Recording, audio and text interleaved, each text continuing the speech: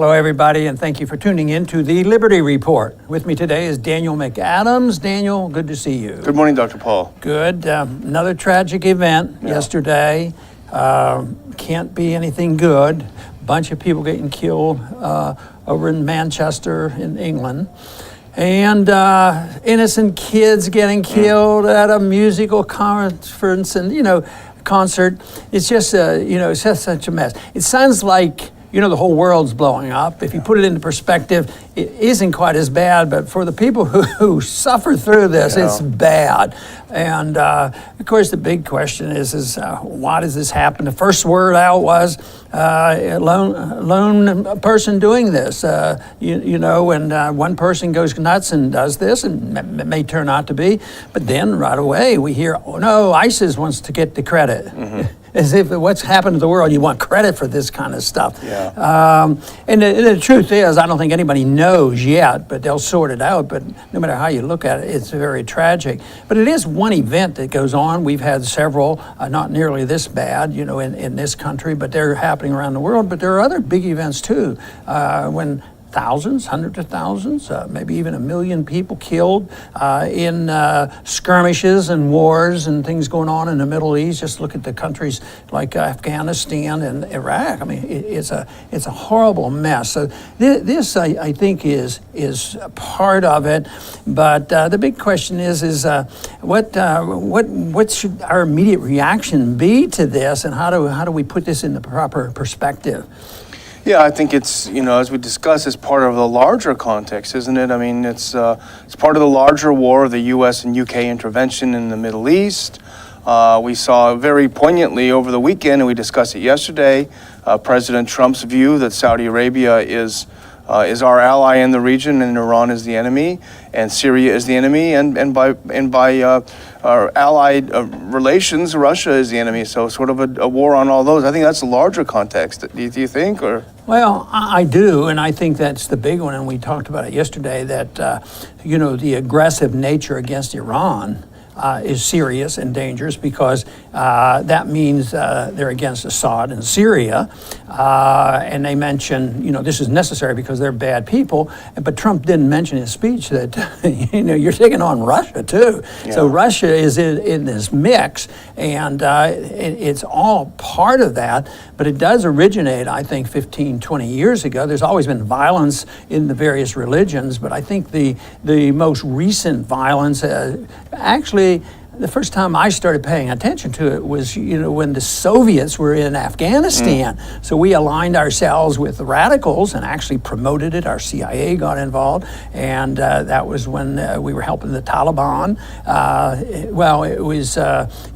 morphed into being the Taliban, but the radicalism continued because all of a sudden we were the occupiers. We no longer could say we're doing the Lord's work. Yeah. We're helping people defend their homeland from the Soviet invaders, but now all of a sudden, from the perspective of the radicals, we are the occupiers and we are the invaders, and in a way, we have lost the moral high ground, especially in the last 15 or 20 years.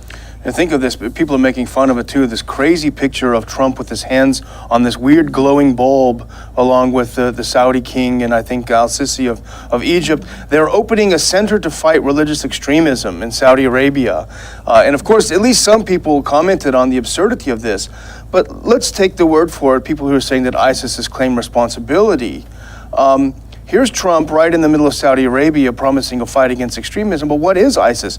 ISIS is an offshoot of Al-Qaeda. They had ideological differences and split. But what was Al-Qaeda? It's an offshoot of the Wahhabist Islamic strain that had its birth in Saudi Arabia, is nurtured in Saudi Arabia, continues to be nurtured in Saudi Arabia. There's no Iran stamp on here, no matter what the neocons on the radio want to say. And we've encouraged it. Yeah. When we financed it, our CIA was involved. And even in spite of the rhetoric, we're still, subtly, if not openly at times, on the side of ISIS, in the sense that if we can recruit these bad guys, that was the original reason why we were sympathetic to bin Laden, because he was fighting the Soviets. They're the toughest fighters, too. Yeah, but that is still the case. So right now, ISIS is, an enemy of Assad. But we're in there, we're an enemy of Assad. Yeah. And so therefore, the ducks are lining up. And that's what I think is the real danger, the East versus the West. The peace dividend, the fact that it didn't come was very disappointing to not only me, but to many people around the world. And things did improve, but all of a sudden things shift. The people who lined up against us sort of had their back up against the wall, and they changed their attitude. Not that they were righteous and right on everything, but I think this is what happened, because I think Putin comes along and said, hey, look at this. We're getting pushed around. We have some pride, and we're being surrounded, and we've showed the maps where our bases are. And even currently, right now, there's a major move on in the House of Representatives, in the subcommittee, to get the funding to build permanent bases in Eastern Europe, in Ukraine and Poland and these different places like this. And it's just in their face. So you could see why Putin might be sort of a defender of the Russian tradition. And of course, he does have, a lot of support. But it seems like all these things is to do whatever we can to line it up and put all the blame on Russia. For instance, this whole thing about Russiagate, they're interfering. That's way blown out of proportion. Nobody's proven anything. But who would most likely to push that? The Democrats. Yeah. Hillary said that was all the Russians' fault. They've been involved in this election and this stuff, but both sides seem to want to build and keep this going for nefarious reasons, and I think it has to do with finances and natural resources. It has to do with the military and industrial complex, and on and on. There's a lot of reasons that we have to have an excuse, and communism was the excuse we used for many, many years for us reaching out and doing what we had to do, and they did pose a threat. Now they've had to create a new enemy, and they're working on it very hard, and it seems like they get tremendous support from all the media. Oh, yeah. Whether it's conservative or liberal media, and they're all chomping at the bit, to come down hard on this need. And what Trump started off here is, it's happened before, is that Iran is synonymous with evil. And you hear it all the time. They're radical Islamists, and they're the most radical Islamic state in the world. And they are even get accused of being, an accomplice with ISIS, which is absurd. Yeah. So. The funniest thing on what you said earlier about the Hillary and the Democrats being behind this Russiagate thing. The funniest thing, it's funny and it's also tragic. There was a picture of a fellow at a protest, obviously a Hillary guy, an anti-Trump, a Russiagate guy. He had one of those crazy pink hats on that identify you in that group. He was carrying a sign that said, "Where's Joe McCarthy when we need him?" But about the Russiagate, this is interesting. The whole sort of idea that this Democratic staffer Seth Rich was murdered because he was a DNC staffer. The idea that he was murdered because he was sending WikiLeaks some of these hacked emails, that's a crazy conspiracy theory. But the idea, this totally unproven assertion that Trump and Putin actively collaborated, not just in the election cycle, but for years. If you look at the UK dossier that this spook put together, for years they were colluding and planning for when he was going to be in the Oval Office and he would be their Manchurian candidate. That somehow is accepted as conventional wisdom without any facts at all. That's not a conspiracy theory. Well, they were probably talking about how they each could make more money. Yeah, is no probably kidding. what they were doing, but that hasn't prevailed. It's turned into a political fight rather than just competition in economic policy. But we wanted to talk about the Montenegro thing as sort of another front in this war that we're sort of trying to broadly look at, and and what bothers me on that is the is the NATO people who are speaking for NATO are bragging about this. Oh, Yeah. this is wonderful. We won the fight. We got Montenegro, this crucial country in the world, not even 1 million people, I don't believe. 600,000. 600,000 people. They came with us. They came with the West, just sort of like the Ukraine, totally endorsed going with European, and they won a total rejection of Russia, which was all, malarkey too. So this is what they're doing. They're bragging about it. But one thing that I've just sort of learned recently is there's some similarities to Montenegro with Ukraine, because there are a lot of Russian sympathizers in Montenegro, and right now the economy has turned down. Yeah. They don't have the tourists coming in, and there was some other trade that they had, and it's been cut off. So it's really hurting the people. Why can't the people? Well, maybe the majority of the people in Montenegro would say, yeah, we'd like to be an independent state, stay on our lives. But it seems like they're forced into these conditions. Are you going to go with NATO or with Russia? And now they're bragging about it. Just more of this divisiveness, to show that we do have an enemy out there, and we can't let Russia take over, the Balkans and take over Europe, and that's why we have to send more troops and build more bases and spend more money, and that's why the current administration wants another $1 trillion, and the people who build the bombs are making a fortune, and then we can be bosom buddies with this wonderful state of Saudi Arabia. It's just unbelievable. But Montenegro is a perfect example of how this works. For all of the feigned horror in the U.S. of anyone manipulating our elections, the U.S. has been buying and paying for Montenegrin leaders since 1998, when Milo Đukanović was elected. I was actually there on the ground as an election observer at that election. The U.S. was solidly behind Đukanović. It was one of the most crooked elections I had ever seen, but they backed him to the hilt for almost 20 years. They paid his way. He was one of the most corrupt people in Europe. But so they buy off the leaders, they support the leaders, they support their political parties.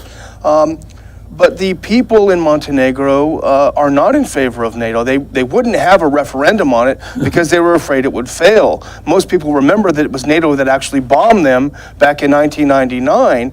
And you're right, the Russians tended to have vacations in Montenegro. They use the same Cyrillic alphabet, which makes it probably easier to travel and enjoy the beautiful coastline there. So that's how you do it. You corrupt the officials, which was what we've done.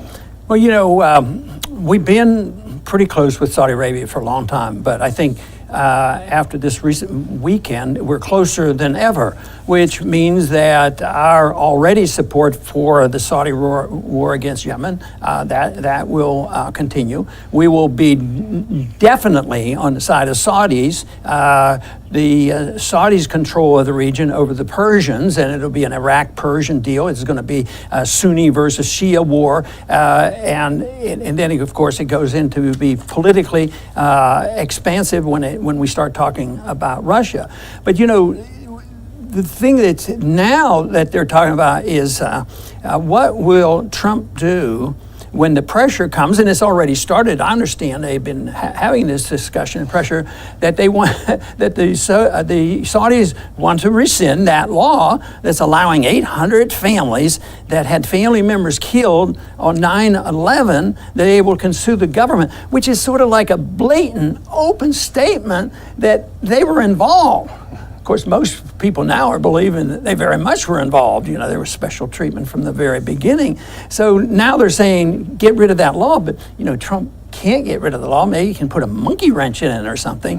But somebody might say, hey, Ron, he can't do that. I remember him saying, this is good. Yeah. We'll stick it to him. But of course, I think he's changed his mind a little bit, on Saudi Arabia as well, like we pointed out yesterday. Maybe having his thing on that weird ball, infected his brain. But coming back to the attack, which is where we started of yesterday, which is horrible. Brendan O'Neill, who writes for Spiked Online, makes a good point, which I would even develop further. He points out that after events like this, the political leaders and the media, they rush to put forth the idea that we must have togetherness. He calls it hollow togetherness, hashtags, love defeats anger and everything. And he points out that the fear in the media class and officialdom that the masses may turn hateful after an attack, and they want to thwart that. But I suggest that the masses, they're afraid the masses will turn hateful at the attackers, which they probably should be angry, but even especially at their own governments whose policies encourage such attacks. Well, this is exactly right, and this sort of came up on occasion when I was in the presidential race. Policy, policy, policy. What do they do, and are they reacting? Have they reacted to something that we have done? And I think this is important. You have these tragedies, and say, yeah, you should have comfort and concern and take care of the people who suffer from this. But if you don't talk about policy, maybe this aggressive multiculturalism and the wars that have been created there and bringing new people into countries that have different cultures, maybe that has an effect. This is not systematic voluntary migration that's going on. It's a lot more aggressive than many libertarians even want, because I think there should be some controls on people coming in when they're sent by governments and picked up by the government, and the innocent people have to pay for them and take care of them and all this. It has nothing to do with a natural migration and immigration position which would occur, in a much freer, much more libertarian society, because you would not be cutting all this off. But that may well contribute to problems like this. And if that is the case, since they're dealing with this softer approach in comforting the kids, which is important. If policy doesn't change, I've always said this is going to continue. Matter of fact, I talked about this occurring, before it occurred, back in the 90s. This leads people to frustration and anger, and they will strike out. And even if they're not powerful, they're more likely to use terrorism. That's always been the tradition. You can't wait around until you have an army that can confront your army that dominates, a whole country. But the people who really, really get angry at occupations and things, they will use terrorism. That's the only way they can, make up for their weakness militarily. But if you deal with this without policy, I don't see it ending. I think it'll get worse, and that's rather sad. I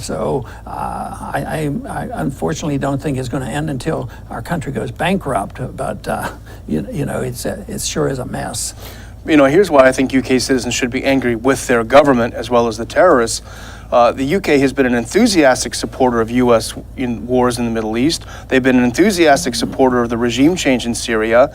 UK citizens have gone over to Syria to fight jihad, and the UK has turned a blind eye to that. But now that ISIS is being routed, these UK jihadists are coming home. And there are going to be waves of people like this that come back home. And this is all done with the complicity of the British government. They should be angry, and we should be angry with our government. But they don't want that. Yeah, but what are they accused of if they challenge it, saying something similar to what we're talking about? Well, you're a racist. You're a racist, and you hate people, and you don't want free travel, and you want closed societies, and you hate all Muslims, and that sort of thing just goes on. So that's really a significant problem. It's a far cry from what it would be like in a society and in a world where people would be permitted self-determination, and that voluntary exchanges would be legal, and people wouldn't interfere in the internal affairs of other nations. If we accepted just that principle, how many bases would we have overseas? And when we look at the picture of how many bases we have, and we're talking about building more to confront Russia. I mean, there was a time when, I wasn't opposed to getting the Soviet missiles out of Cuba, but this is not Soviet missiles in Cuba. This is quite a bit different. This is lining up the ducks and taking advantage of wars that have been going on, the Sunni-Shia war and the Arab-Persian war, and now it's a confrontation with NATO West, who has pushed things way too far, and they've been able to do this, because we have been very powerful. We say NATO, but we're NATO because NATO doesn't exist without our money and our weapons. I mean, even Saudi Arabia doesn't exist unless we make deals with them and give them $300 billion. We don't give it to them. Allow them to get $300 billion worth of weaponry, which really enhances the profits of our military-industrial complex. So it's a big deal. Well, my final food for thought I'll throw out there is just before the U.S. bombed this Syrian army convoy near the Syrian border with Iraq, there was a meeting between representatives of the Iraqi and Syrian government where they discussed getting together to jointly fight ISIS together. I wonder if it's a coincidence about the timing. Oh, I think you're just thinking of conspiracies and all. Well, anyway, I want to thank the audience for joining us today. Obviously, we believe this is a very serious thing going on, this confrontation unnecessarily with Russia today, and it seems to be expanding, and NATO is determined, we are determined, and we believe Russia has to be contained, and yet all we're doing is precipitating a greater lineup of weaponry and determination, because quite frankly, I do not believe, as powerful as they are, I do not believe the West, led by us, and choosing to follow the demands of Saudi Arabia, that all of a sudden we're going to be victorious. They're going to demolish Iran and also win the war and get rid of Assad, and Russia's going to sit still. It's not going to happen. So this gets more dangerous as things go along, and the sooner we get our message out that there is an answer for this is not too difficult. And we could do a lot as a leader in the world, and that is practice what we should be preaching and what our Constitution tells us, and that is to set a standard, have a system of freedom and liberty here at home, and tolerance and free markets and prosperity. Maybe somebody would follow us, but to use the armed might of our government combined with many other governments and say, well, it's a struggle between the Russian concept of what Europe should be about versus what NATO and the United States thinks, this will only get worse. I'm for doing my best to try to send it in the other directions where we can live a little bit more peacefully with the entire world. I want to thank everybody for tuning in today to the Liberty Report. Please come back soon.